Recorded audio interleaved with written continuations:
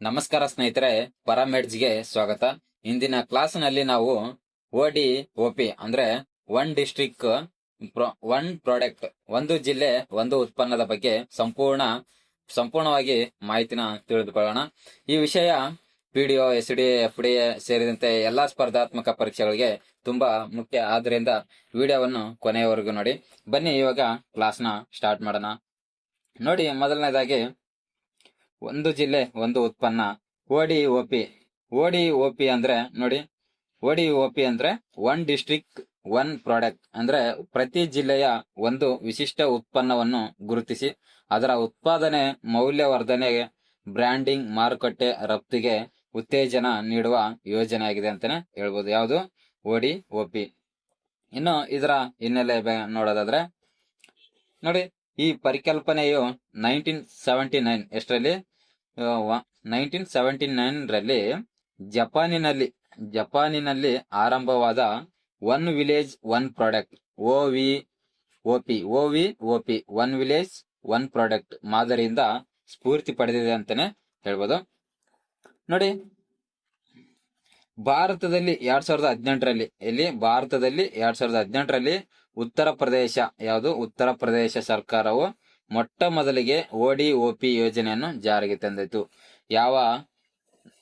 ಯಾವ ಸರ್ಕಾರ ಮೊಟ್ಟ ಮೊದಲಿಗೆ ODOP ಯೋಜನೆಯನ್ನು ಜಾರಿಗೆ ತಂದಿದೆ ಅಂದ್ರೆ ಉತ್ತರ ಪ್ರದೇಶ ಸರ್ಕಾರವು 2018ರಲ್ಲಿ ಈ ಯೋಜನೆಯನ್ನು ಜಾರಿಗೆ ತಂದಿದೆ ಅಂತ ಹೇಳ್ಬೋದು. ನಂತರ ಇದರ ಯಶಸ್ಸಿನ ಹಿನ್ನೆಲೆಯಲ್ಲಿ ಈ ಪರಿಕಲ್ಪನೆ ದೇಶದ ಇತರೆ ಭಾಗಗಳಿಗೂ ವಿಸ್ತರಿಸಲಾಗಿದೆ. ಇದರ ಯಶಸ್ಸಿನ ಹಿನ್ನೆಲೆಯಲ್ಲಿ ಇತರ ಭಾಗಗಳಿಗೂ ಕೂಡ ವಿಸ್ತರಿಸಲಾಗಿದೆ ಅಂತಾನೆ ಹೇಳ್ಬೋದು. ಇನ್ನು ಅನುಷ್ಠಾನ ನೋಡಿ, ಕೈಗಾರಿಕೆ ಮತ್ತು ಆಂತರಿಕ ವ್ಯಾಪಾರ ಉತ್ತೇಜನ ಇಲಾಖೆ DPIIT ಅಂದ್ರೆ ಇನ್ನು ವಾಣಿಜ್ಯ ಮತ್ತು ಕೈಗಾರಿಕಾ ಸಚಿವಾಲಯ, ಭಾರತ ಸರ್ಕಾರ. ಎರಡನೇದು ನೋಡಿ, ಡಿಸೆಂಬರ್ 2025ರ ವೇಳೆಗೆ 775ಕ್ಕೂ ಹೆಚ್ಚು ಜಿಲ್ಲೆಗಳು ಈ ಯೋಜನೆಯ ವ್ಯಾಪ್ತಿಗೆ ಬಂದಿದೆ ಅಂತಾನೆ ಹೇಳ್ಬೋದು. ಯಾವ ಯೋಜನೆಗೆ? ODOP ಯೋಜನೆಗೆ ಸುಮಾರು 2025ರಲ್ಲಿ 775ಕ್ಕಿಂತ ಹೆಚ್ಚು ಜಿಲ್ಲೆಗಳು ಈ ಯೋಜನೆಯ ವ್ಯಾಪ್ತಿಗೆ ಬಂದಿದೆ ಅಂತಾನೆ ಹೇಳ್ಬೋದು. ಇನ್ನು ನೋಡಿ, 1243ಕ್ಕೂ ಹೆಚ್ಚು ಉತ್ಪನ್ನಗಳು ಗುರುತಿಸಲಾದ ಉತ್ಪನ್ನಗಳಲ್ಲಿ ನೋಡಿ, ಜವಳಿ, ಕೃಷಿ, ಆಹಾರ ಸಂಸ್ಕರಣೆ, ಕರಕುಶಲ, ಖನಿಜ ಹಾಗೂ ಕೈಗಾರಿಕಾ ಉತ್ಪನ್ನಗಳು ಕೂಡ ಸೇರಿವೆ ಅಂತಾನೆ ಹೇಳ್ಬೋದು. ಇನ್ನು 3 ಅಂತಾರಾಷ್ಟ್ರೀಯ ಮಳಿಗೆಗಳನ್ನು ನಾವು ನೋಡೋದಾದ್ರೆ, ಒಂದನೇದು ನೋಡಿ ಸಿಂಗಾಪುರ್ ಮುಸ್ತಫಾ ಸೆಂಟರ್, ಎರಡನೇದು ಕಾಶ್ಮೀರ್ ಹೆರಿಟೇಜ್, ಮೂರನೇದು ಕುವೈತ್ ಹಕೀಂ ಸೆಂಟರ್. ಇವು 3 ಅಂತಾರಾಷ್ಟ್ರೀಯ ಮಳಿಗೆಗಳಾಗಿವೆ. ನೆಕ್ಸ್ಟ್ ನೋಡಿ, ODOP ಯೋಜನೆ ಅನುಷ್ಠಾನ ಮತ್ತು ಉತ್ತೇಜನ ಬಗ್ಗೆ ನೋಡಿ. ODOP ಯೋಜನೆ ಅನುಷ್ಠಾನ ಮತ್ತು ರಫ್ತು ಉತ್ತೇಜನ. ODOP ಯೋಜನೆ ಅಡಿಯಲ್ಲಿ ಜಿಲ್ಲೆಗಳು ರಫ್ತು ಕೇಂದ್ರಗಳಾಗಿ district as export hubs DEH ಅಭಿವೃದ್ಧಿಪಡಿಸಲಾಗುತ್ತಿದೆ ಅಂತಾನೆ ಹೇಳ್ಬೋದು. ಈ ಕಾರ್ಯಕ್ರಮದ ಅನುಷ್ಠಾನದಲ್ಲಿ ಮಹಾನಿರ್ದೇಶನಾಲಯ, ವಿದೇಶಿ ವ್ಯಾಪಾರ, directorate general of foreign trade DGFT ಪ್ರಮುಖ ಪಾತ್ರ ವಹಿಸುತ್ತದೆ ಅಂತಾನೆ ಹೇಳ್ಬೋದು. ಇನ್ನು ಕೈಗಾರಿಕೆ ಮತ್ತು ಆಂತರಿಕ ವ್ಯಾಪಾರ ಉತ್ತೇಜನ ಇಲಾಖೆ ನೋಡೋದಾದ್ರೆ DPIIT ಇದರೊಂದಿಗೆ ಸಮನ್ವಯ ಸಾಧಿಸುತ್ತದೆ. ಇನ್ನು ಪ್ರತಿ ಜಿಲ್ಲೆಯಲ್ಲಿ ಒಂದು ರಫ್ತು ಕೇಂದ್ರವಾಗಿ ಅಭಿವೃದ್ಧಿಪಡಿಸುವುದು ಈ ಯೋಜನೆಯ ಪ್ರಮುಖ ಉದ್ದೇಶವಾಗಿದೆ ಅಂತಾನೆ ಹೇಳ್ಬೋದು. ಇದಕ್ಕಾಗಿ ಜಿಲ್ಲಾಧಿಕಾರಿಗಳ ನೇತೃತ್ವದಲ್ಲಿ ಜಿಲ್ಲಾ ರಫ್ತು ಉತ್ತೇಜನ ಸಮಿತಿಗಳು, district export promotion committees DEPC ರಚಿಸಲಾಗಿದೆ ಅಂತಾನೆ ಹೇಳ್ಬೋದು. ಇನ್ನು ಪ್ರಮುಖ ಜಿಲ್ಲೆಗಳು ಮತ್ತು ಉತ್ಪನ್ನಗಳ ಪಟ್ಟಿಗಳನ್ನು ನೋಡೋದಾದ್ರೆ, ಬೀದರ್ ಜಿಲ್ಲೆಯಲ್ಲಿ ನೋಡಿ, ಬೀದರ್ನ ಕಲೆ ಉತ್ಪನ್ನ ಆಗುತ್ತದೆ. ಇನ್ನು ಎರಡನೇದು ಕಲಬುರಗಿ ನೋಡಿ, ಕಲಬುರಗಿಯಲ್ಲಿ ಶಹಬಾದ್ ಕಲ್ಲುಗಳು ಇದೆ. ಇನ್ನು ಯಾದಗಿರಿಯಲ್ಲಿ ಹತ್ತಿ ಮತ್ತು ಹತ್ತಿ ಆಧಾರಿತ ಉತ್ಪನ್ನಗಳು ಇದೆ. ಬಾಗಲಕೋಟೆ ಇಳಕಲ್ ಸೀರೆಗಳಿದೆ. ವಿಜಯಪುರ ಲಂಬಾಣಿ ಕಸೂತಿ ಇದೆ. ಗದಗಲ್ಲಿ ಜವಳಿ ಇದೆ.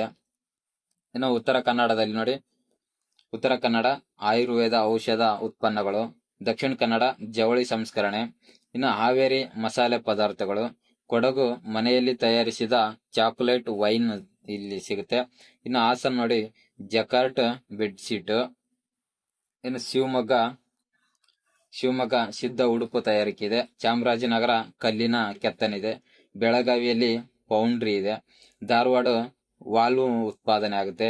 ಇನ್ನು ಉಡುಪಿಯಲ್ಲಿ ರತ್ನಗಳು ಮತ್ತು ಆಭರಣಗಳ ತಯಾರಿಕೆ ಇದೆ. ಚಿಕ್ಕಮಗಳೂರು ಅಡಿಕೆ ಎಲೆ ಆಧಾರಿತ ಉತ್ಪನ್ನಗಳು ಇಲ್ಲಿ ಚಿಕ್ಕಮಗಳೂರಲ್ಲಿ. ಇನ್ನು ಮಂಡ್ಯದಲ್ಲಿ ನೋಡಿ ಅಕ್ಕಿ ಆಧಾರಿತ ಉತ್ಪನ್ನಗಳು. ಇನ್ನು ದಾವಣಗೆರೆಯಲ್ಲಿ ಹತ್ತಿ ಆಧಾರಿತ ಜಿನ್ನಿಂಗ್ ಮತ್ತು ಸಿದ್ಧ ಉಡುಪುಗಳು ತಯಾರಿಕೆ. ಬಳ್ಳಾರಿಯಲ್ಲಿ ಡೆನಿಮ್ ಜೀನ್ಸ್. ರಾಯಚೂರು ಹತ್ತಿ ಆಧಾರಿತ ಉತ್ಪನ್ನಗಳು. ವಿಜಯನಗರ ನೋಡಿ ಸಂಡೂರು ಲಂಬಾಣಿ ಕಸೂತಿ. ಕೊಪ್ಪಳ ಕಿನ್ನಾಳ ಗೊಂಬೆ ತಯಾರಿಕೆ ಆಗುತ್ತೆ. ಕೋಲಾರದಲ್ಲಿ ಶಿವಾರಪಟ್ಟಣ ಕಲ್ಲು ಕೆತ್ತನೆ ಆಗುತ್ತೆ ಇಲ್ಲಿ ಕೋಲಾರದಲ್ಲಿ. ತುಮಕೂರು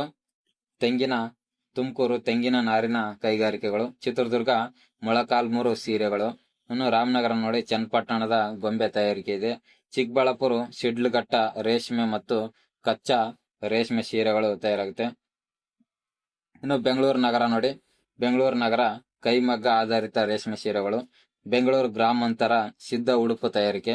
ಇನ್ನು ಮೈಸೂರು ನೋಡೋದಾದ್ರೆ ರೋಸ್ ವುಡ್ ಕೆತ್ತನೆ ಇದೆ. ಇನ್ನು PM ಏಕತಾ ಯೂನಿಟ್ ಮಾಲುಗಳ ಬಗ್ಗೆ ನೋಡೋದಾದ್ರೆ ಏನಿದು PM ಏಕತಾ ಯೂನಿಟ್ ಮಾಲುಗಳು ಅಂತಂದ್ರೆ ನೋಡಿ, ಪ್ರತಿ ರಾಜ್ಯದ ರಾಜಧಾನಿ ಅಥವಾ ಪ್ರವಾಸಿ ಕೇಂದ್ರಗಳಲ್ಲಿ ಒಂದು ಜಿಲ್ಲೆ ಒಂದು ಉತ್ಪನ್ನ ಅಂದ್ರೆ ODOP GI ಮಾನ್ಯತೆ ಪಡೆದ ಉತ್ಪನ್ನಗಳನ್ನು ಸ್ಥಳೀಯ ಕರಕುಶಲ ವಸ್ತುಗಳನ್ನು ಪ್ರದರ್ಶಿಸಲು ಅಥವಾ ಮಾರಾಟ ಮಾಡಲು 2023-24 ಕೇಂದ್ರ ಬಜೆಟ್ನಲ್ಲಿ ಘೋಷಿಸಲಾದ ಮಳಿಗೆಗಳಾಗಿವೆ.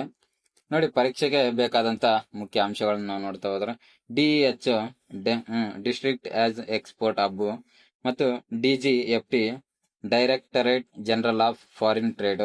DPIIT department of promotion of industry and internal trade. ಇನ್ನು DEPC district export promotion committee. ಸ್ನೇಹಿತರೆ, ಈ ವಿಡಿಯೋ ನಿಮಗೆ ಇಷ್ಟ ಆಗಿದೆ ಅಂತ ಅನ್ಕೋತೀನಿ. ಇಷ್ಟ ಆಗಿದ್ರೆ ನಮ್ಮ ಯೂಟ್ಯೂಬ್ ಚಾನಲನ್ನು ಸಬ್ಸ್ಕ್ರೈಬ್ ಮಾಡ್ಕೊಳ್ಳಿ. ಯಾಕಂದರೆ ಇದೇ ಥರದ ಹೆಚ್ಚು ವಿಡಿಯೋಗಳು ಇನ್ನೂ ಬರ್ತಾ ಇರುತ್ತೆ. ಹಾಗೆ ನಿಮ್ಮ ಸ್ನೇಹಿತರಿಗೆ ಕೂಡ ಶೇರ್ ಮಾಡಿ. ಮತ್ತೆ ಮುಂದಿನ ವಿಡಿಯೋದಲ್ಲಿ ಸಿಗೋಣ ಅಂತ ಹೇಳ್ತೀನಿ. Thank you.